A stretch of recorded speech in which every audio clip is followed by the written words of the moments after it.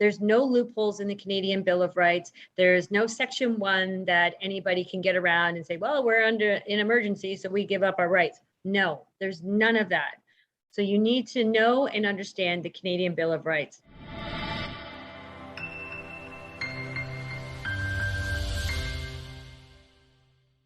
What would be a couple of things that people are reaching out to you on a constant basis that you can kind of just give them a Coles notes to right now to maybe number one, they won't bother you as much because they'll know, right? So this is a chance for you to streamline that information. But a couple of things that you can just little bullet points that you could share with individuals, kind of like the FAQ in regards to things that people want to know. Okay, well, everybody right now, obviously the hot topic is, I'm losing my job. I just got a letter. What do I do? And I say to them, you need, one, to understand the rule of law in Canada. And you can't just know one.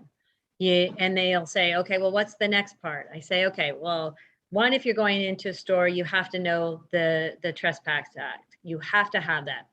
But for everything, you need to understand and know the Canadian Bill of Rights. That there's no loopholes in the Canadian Bill of Rights. There's no Section 1 that anybody can get around and say, well, we're under an emergency, so we give up our rights. No, there's none of that.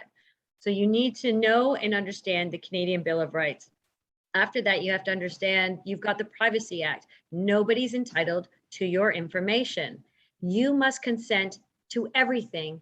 And you have the right under, again, there's probably 10 different legislations out there that protect your right to consent.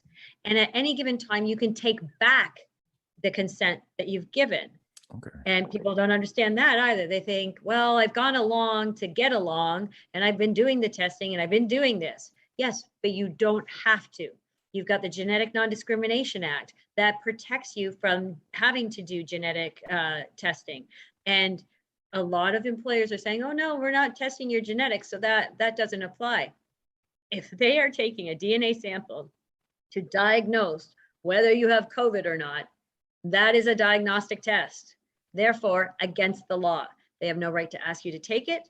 They have no right to even, if you decide to take it, they have no right to even ask you what the results are. And again, because of the Canadian Bill of Rights, they have no right to withhold employment from you in exchange for that information. It's discriminatory and it's against the criminal code. So those are, a few acts right there that people must have in their arsenal.